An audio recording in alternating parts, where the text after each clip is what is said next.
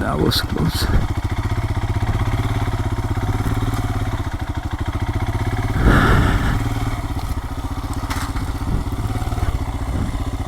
A ditch. Don't want to drop the bike in a ditch.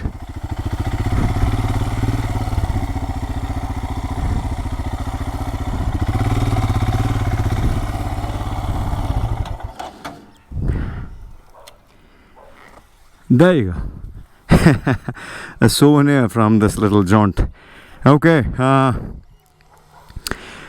Some important aspects. Very, very important. Many of you keep asking me why haven't you upgraded, Ben? Why haven't you or why aren't you waiting for the Royal Enfield 450 Himalayan and so on and so forth? I did make a video about 6 or 7 months ago about the 450 Himalayan. I think I was a little too aggressive in putting out my opinion about there not being a Himalayan 450 headed our way, but I was wrong. To my own surprise, I saw a 450 Himalayan in the flesh. I stopped the fellow, the test rider, in the middle of the road, and I spoke with him for a good amount of time. I also got to see another version of a Himalayan 450, that is a street version, a more road-biased version. So there were two bikes. There are two bikes that are being tested here. One is an adventure, which is not called the Himalayan 450. The test riders did not know it, at least. I asked them if it is called the Himalayan. They said no, it's called adventure for now. And that was it. The other is a street version of the same bike, the same chassis, the same engine, the same tank, the same plastics, everything same except for the suspension. It was a little low to the ground. So yeah, two bikes that I got to see from the Himalayan 450 liquid cooled engine platform. And yeah, man, oh man, looks amazing. I also had the opportunity to hold speeds on my car with the bike, and the fellow was doing a 125 on these roads comfortably. Now, the $1 million question. Why then? Why, Ben, do you still continue to upgrade this bike? Do you still continue to mod this bike and not wait for a 450? Well, this is where things get interesting. This is where, if you know your riding skills, if you understand where you stand, if you understand how far you can go, then you will always end up spending money on the right thing, and there'll not be a penny, a rupee wasted.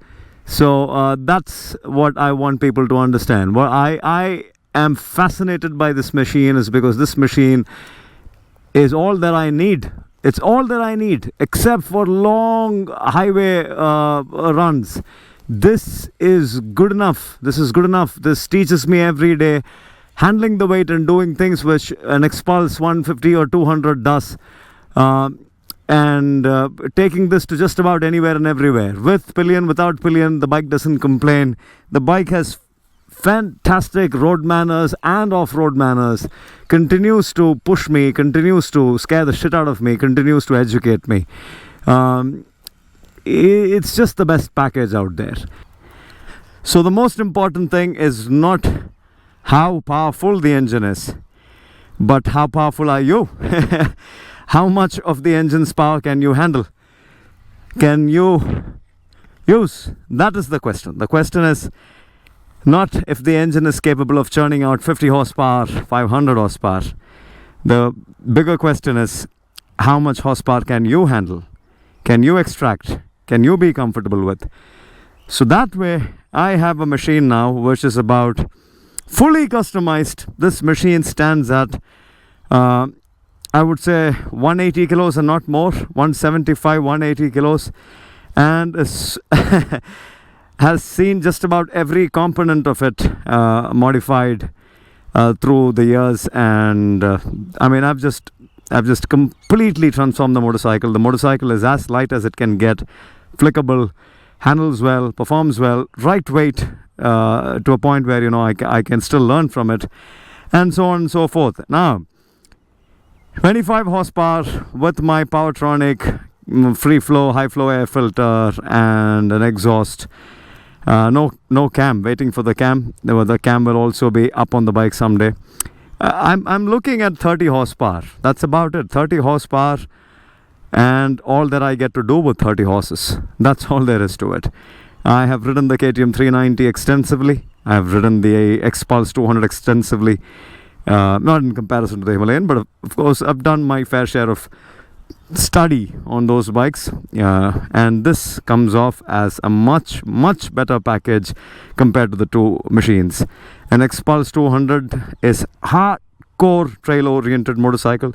The ADV 390 is much more comfortable on roads than on off-road terrain. No matter how good the suspension is, I still find this to be a better bet on off-road terrain. And the standing posture, sitting posture, the transition between standing to sitting, everything is so much more seamless and comfortable on this. And I mean, get a bike that you can use. You can twist the throttle and you don't feel intimidated. You can use to your heart's content. You can have fun on or fun with. And don't get a bike that scares the shit out of you the moment you twist the throttle. 20-30% of the power is all that you will get to use if you buy a litter class machine and you take it off-road. And I just don't understand. This is not property. At least for me, this is not property. This is camaraderie. This is friendship. This is interpersonal. And I would not let this beautiful bond be based on the value of the machine in terms of money. I would rather place it on what we both can do together. Well, yeah, if this helps, let it help. That's all there is to it. Get a bike which you can extract fun from, and you feel comfortable doing that. You don't feel intimidated, or you don't feel like you're going to land yourself in a big mess. Get a bike like that, and things will be way better.